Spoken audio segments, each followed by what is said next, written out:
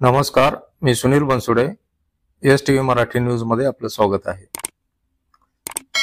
सध्या महाराष्ट्रात नगर परिषद निवडणुकीचे वारे जोमात वाहू लागले आहेत. नळदुर्ग नगर परिषद तरी त्याला कशी अपवाद असेल. नळदुर्ग नगर परिषद सार्वत्रिक निवडणुकीचे आरक्षण नुकतेच जाहीर झाले आहे. नगराध्यक्षपद सर्वसाधारण पुरुषासाठी राखीव असल्याने वेगवेगळ्या पक्षातील अनेक इच्छुक उमेदवारांनी निवडणूक मैदानासाठी कंबर कसली आहे.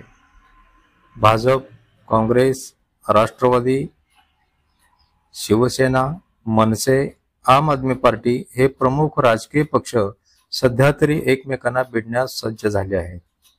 मात्र यातील काही पक्षाची आघाडी किंवा युती झाली तर महाविकास आघाडी आणि महायुती असे दोनच प्रबळ पक्ष निवडणूक रिंगणात एकमेकांसमोर उभे ठाकणार हे नक्की. मात्र या निवडणुका प्रामाणिकतेपेक्षा पैशाच्या जोरावर लढल्या जातील अशी चर्चा जनतेत रंगू लागली आहे. प्रामाणिक कार्यकर्त्याची गळचिपी होण्याची भीतीही व्यक्त केली जात आहे.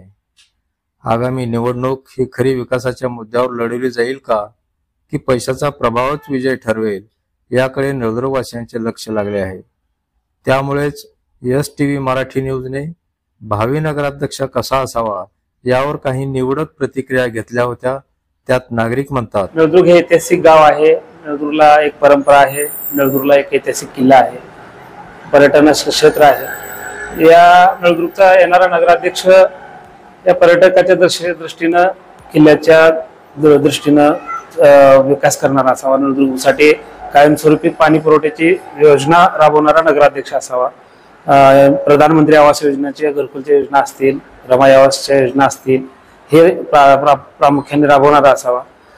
शहरामधील स्वच्छता असेल, पाणी पुरवठा असेल, रस्ता, गटार, नळ, लाईट याची व्यवस्था करणारा असावा आणि सर्वसामान्यांसाठी दररोज उपलब्ध होणारा नगराध्यक्ष असावा.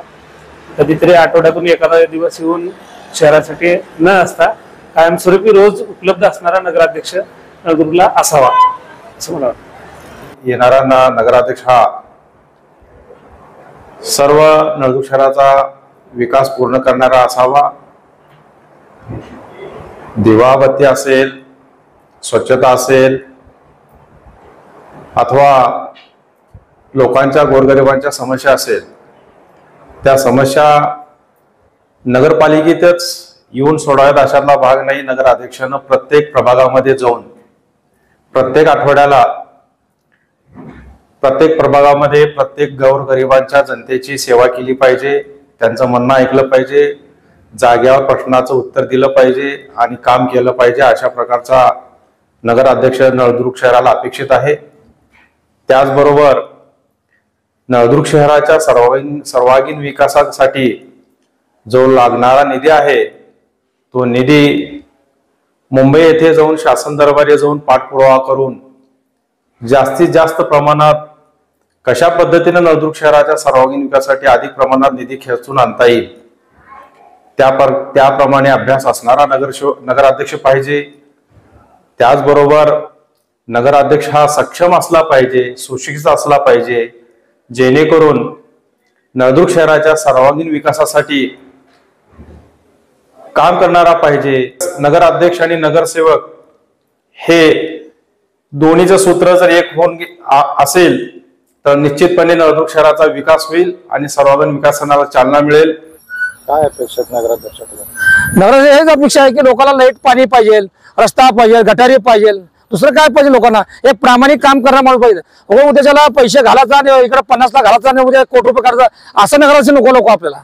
एक प्रामाणिक स्वतःच्या जिव्हाळ्याचा एक घर, संस्था, काय फॅमिली, परिवार असण्यासारखं एक ठिकाणी नळदुर्ग शहरामध्ये आपण नगराध्यक्ष या ठिकाणी काम केलं एक नगराध्यक्ष पाहिजे आपल्याला.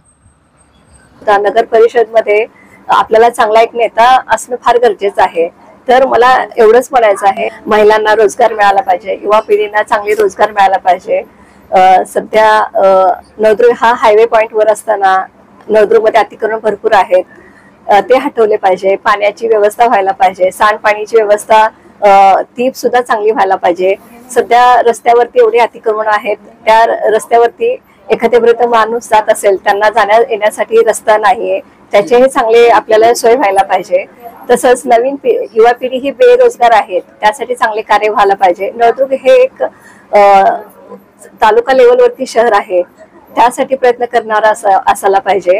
अशा प्रकारे आपल्याला नळदुर्ग नगर परिषदचा नगराध्यक्ष व्हावा हीच आमची महिलांची अपेक्षा आहे.